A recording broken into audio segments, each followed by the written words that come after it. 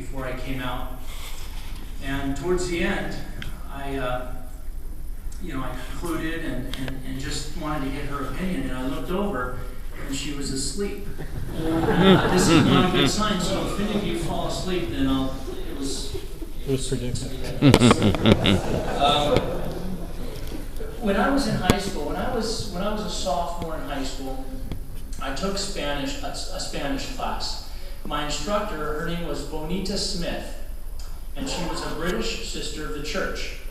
I knew that she was a member of the church. I didn't grow up in Idaho or Utah. I actually grew up in Santa Clarita.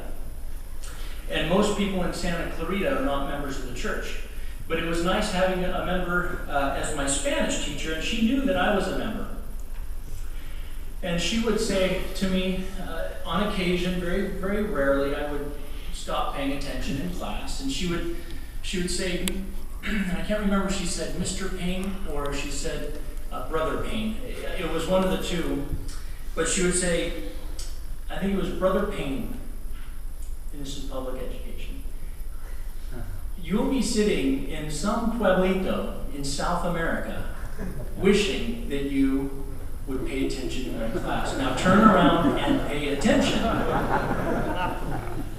Well, needless to say, a couple years had passed by, and I found myself in a small town called Arrecifes, Argentina, outside of Buenos Aires, with a Uruguayan companion in a city that I was the only person who spoke English. And it was the second month of my mission. And I sat there and I thought to myself, I should have paid more attention in Bonita's class. She was an adult that was trying to help me prepare for my mission. She was obviously doing her job. But there are other leaders who help us prepare for missions. When I say us, I mean young men. And that's what I'd like to talk about. I'd like to discuss 3 areas that we, as leaders and parents, can help our young men prepare for their missions. I believe my talk is directed towards all the adults in this room, but if you are under the age of 18 or getting ready to go on your mission, please feel welcome to tune in. The first area that I feel is important is a work ethic. While a strong work ethic is not required to be eligible to serve a full-time mission, it improves the effectiveness of being a tool in the hands of the Lord. It enhances the overall missionary experience, and a strong work ethic will help our young men in their life goals. By definition, a work ethic is a belief in work as a moral good. When we say missionary work, it is missionary work. It's not a missionary vacation. It's not a missionary leave of absence. It's not a mission of tourism, and it's not a mission to study abroad. It is work, and it is hard work. I believe, personally, that we are not given the gift of hard work, but rather we are taught these characteristics, whether it be through someone else's example, whether it be through instruction or necessity. My work ethic, I began somewhere around the age of 7. And my mother constructed a chart of chores to do around the house. My brothers and my sister and I would rotate on this chart. And I remember it included washing windows, it included cleaning bathrooms, it included cleaning rooms. Every part of the house was fair game on this chart. And I remember my mother coming to inspect our work, and she would say, standing tall. And that meant we did a good job.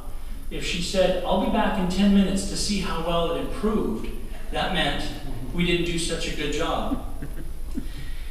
When I turned 15 years old, I felt that I needed to get a job. So I marched down to the work employment office of our high school.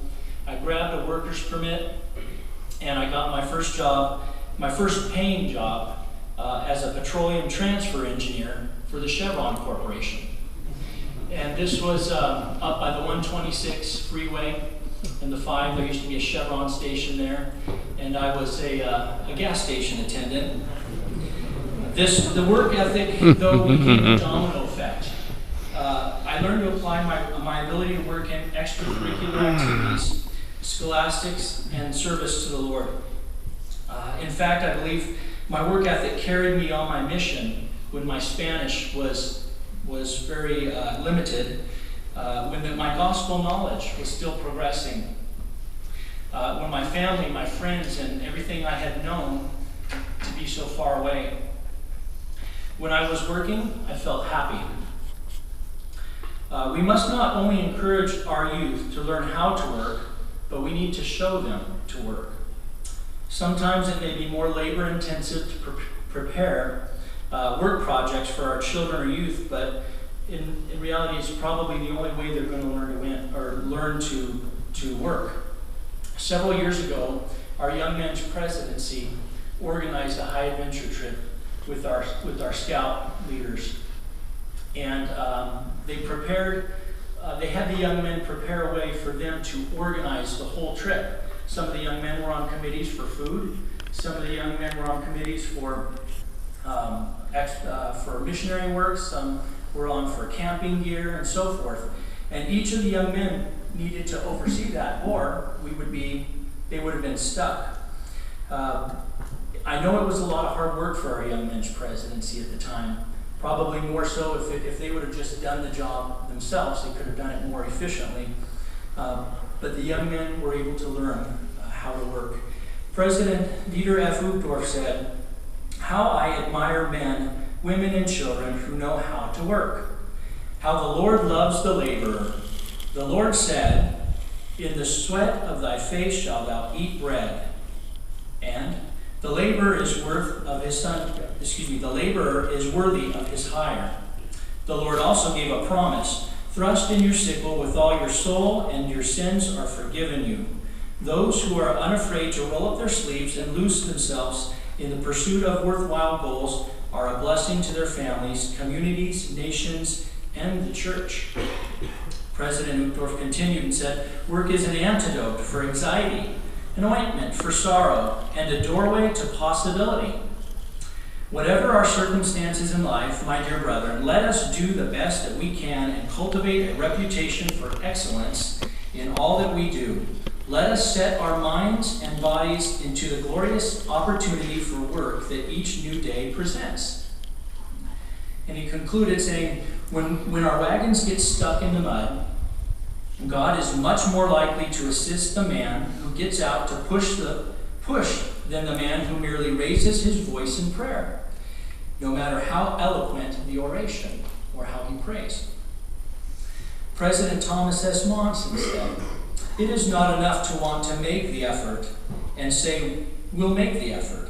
It is in the doing, not just the thinking, that we accomplish our goals. If we constantly put our goals off, we will never see them fulfilled." Preparing for a mission is no different. We can talk about serving. We can anticipate the day that we turn 19. If our young men do not learn the precious skills of hard work, they will not be ready for the Lord's service. The second point is worthiness. I served with a young man on my mission. His name was Elder Ed Meyer. And he was a dynamic individual. He really had a way of reaching people, communicating with people. He loved the Lord, and he felt the Spirit so strongly around this missionary. In the days of old, the bar had not yet been risen. And he went to the MTC originally, and the Spirit is so strong at the MTC, he did not feel worthy to serve. As a matter of fact,